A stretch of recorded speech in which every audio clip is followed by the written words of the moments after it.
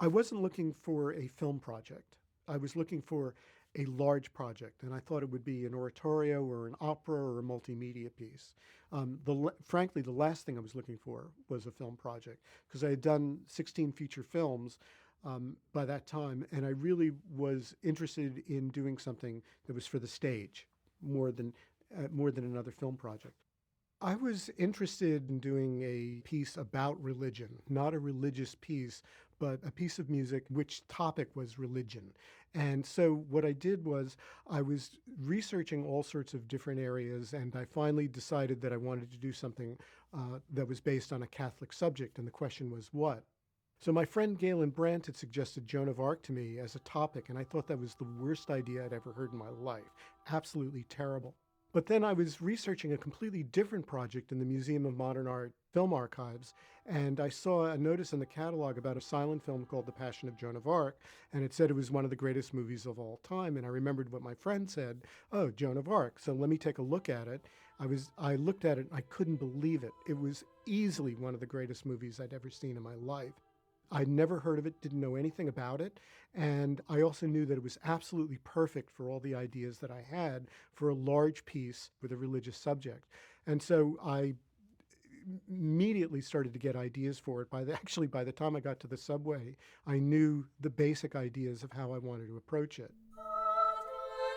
In the early days of trying to understand how to respond to Dreyer's film, I did a lot of research and I learned that Dreyer had taken almost all the dialogue from the actual trial transcripts. And I actually read the trial transcripts and it was clear that he stole all the best lines. So I wasn't going to use the trial transcript. The question is, what else could I use? I knew almost immediately what the structure was going to be, a vocal piece because Joan heard voices, and the text would be taken from the writings of medieval female mystics from Joan of Arc's time and from before. And I realized that I could construct a libretto, a book, if you will, the lyrics of the piece based on all these other writings. Another thing I did as part of my research was I felt it was very important to get as close to Joan as I possibly could. And that meant that I needed to travel to France and see as many of the Joan of Arc sites as I could. The summer before I started to compose, I went all around. I went to her hometown of Domremy, to Rouen, where she died, to Orléans, where she fought her biggest battle, and went to other Joan of Arc sites as well. I met with various scholars and saw Joan of Arc's house.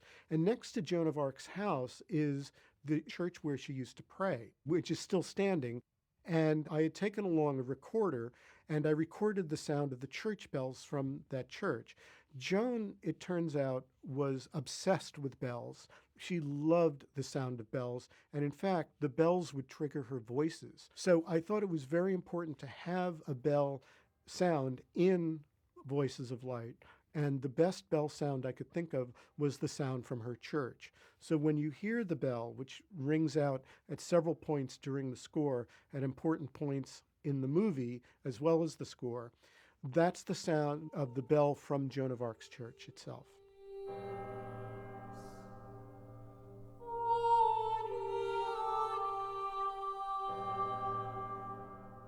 I love Falconetti's performance. It just is astonishing. Having said that, I should make it clear that as I worked on this project, Dreyer's Joan and Falconetti's Joan, as great as they are, is not the Joan that I was imagining in my head. The Joan that I was seeing was a very, very, very astute person who was no victim at all. And to some extent, Dreyer portrays a victim, a helpless victim, and Falconetti embodies that in many ways. Not completely, but to a great extent.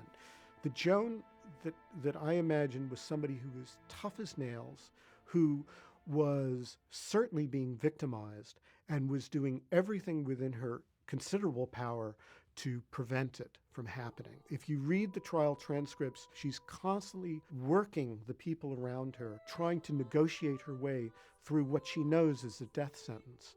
And this Joan is the Joan that clearly could have led armies into battle and clearly could have convinced a very insecure prince that a 16-year-old woman could lead an army into battle and win. This is an amazing human being.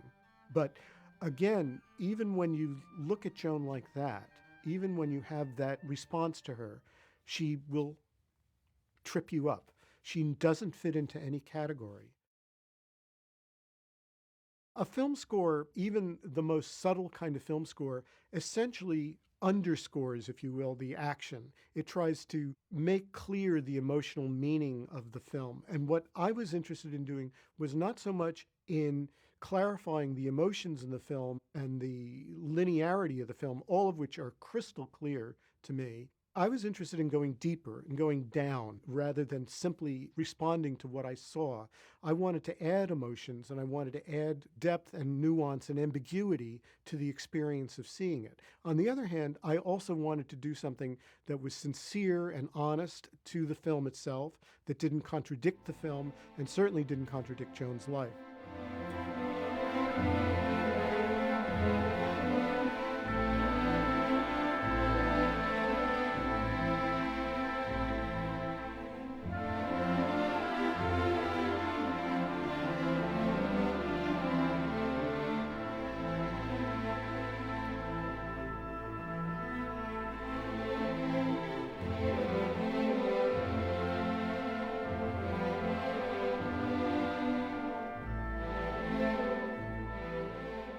One of the things that I was trying to do was to evoke medieval music.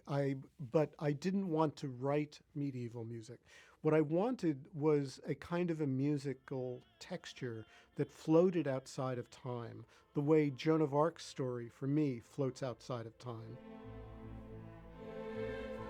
The way in which medieval music is constructed, some of it, particularly at the time of Joan of Arc, was in layers.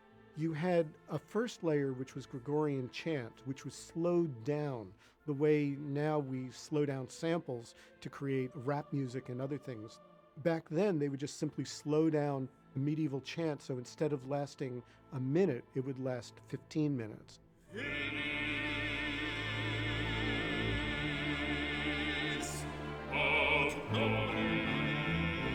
And then on top of that, they would build different musical lines with different texts. So you'd sometimes have 3 or 4 texts going on simultaneously, all on top of a Gregorian chant.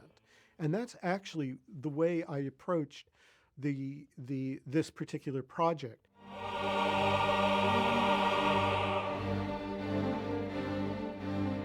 The score works for me on many levels, and probably the clearest example of one of the techniques that I was using in approaching this project was the torture scene. The torture scene, if you look at it, is really, really horrific. There's a lot in that particular scene that Dreyer was doing. Among other things, he was referencing certain Russian silent films that were abstract in some of the close-ups. But mostly, for the most part, what you see is a woman being threatened by the instruments of torture to the point where she passes out and faints and falls ill.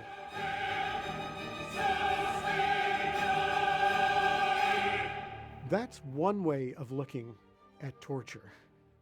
But in the Middle Ages, among monastics and mystics, pain was used as a way of getting closer to God. Pain had a different connotation, and pain also had, to a great extent, a sadoerotic connotation for many, many people. I thought, well, now that's an interesting thing. That kind of contradicts a lot of the straightforward narrative of Dreyer's film. It kind of deepens it because now you suddenly realize another thing that was going on. They were using torture, and apparently this is true in the Inquisition. They were using torture not only to extract confessions, but also to bring the heretic back to God. They were both sincere about that and cynical about that, I think, at the same time. One of the other sync points that was important for me was when Joan dies. The moment when she dies, she falls over and she says, Jesus.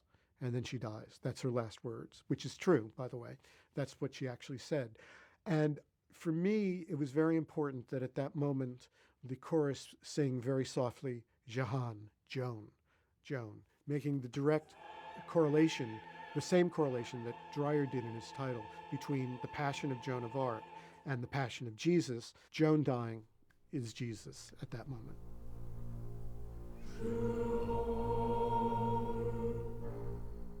This movie really, really touched me very deeply. We get our masterpieces typically spoon-fed to us. We know that they're masterpieces. We've been told that. We read that Beethoven was a genius. We read that Hitchcock was a genius. But very rarely do we encounter something at that level completely by sheer accident. And that was the experience I had. It was overwhelming. And I hope everybody has that kind of experience sometime in their life.